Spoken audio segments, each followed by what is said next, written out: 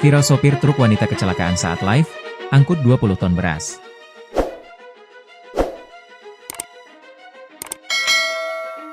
Kecelakaan tunggal truk Fuso terjadi di jalur Pegunungan Santigi, Desa Bolano Barat, Kecamatan Bolano, Kabupaten Parigi Motong, Sulawesi Tengah. Di balik kecelakaan itu, ternyata truk Fuso itu dikendarai oleh seorang sopir wanita bernama Siti Rodia. Melansir akun Facebook miliknya yakni Siti Tarjikan, Siti sempat melakukan siaran langsung sesaat sebelum kecelakaan terjadi. Peristiwa itu terjadi Rabu, 2 Juli 2025, sekitar pukul 17.50 WITA di Desa Bolano Barat, Kecamatan Bolano, Kabupaten Parigi Motong, Sulawesi Tengah. Siti yang mengenakan baju kaos dan ciput kepala serba pink itu tampak asyik melakukan live sambil mengemudi. Di situ ia mengaku sambil mengemudi di kawasan tanjakan. Truk tersebut membawa muatan beras 20 ton dan melaju dari arah barat menuju timur saat kejadian berlangsung. Tak selang lama, truk yang dikendarainya itu remblong dan tak terkendali.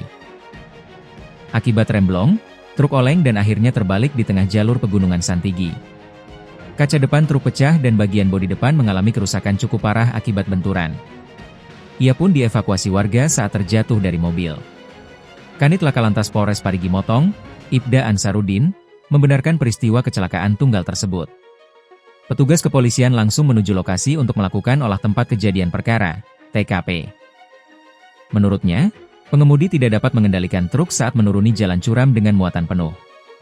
Pihak kepolisian tetap mengingatkan pengemudi angkutan berat untuk selalu memeriksa kondisi kendaraan, terutama sistem pengereman.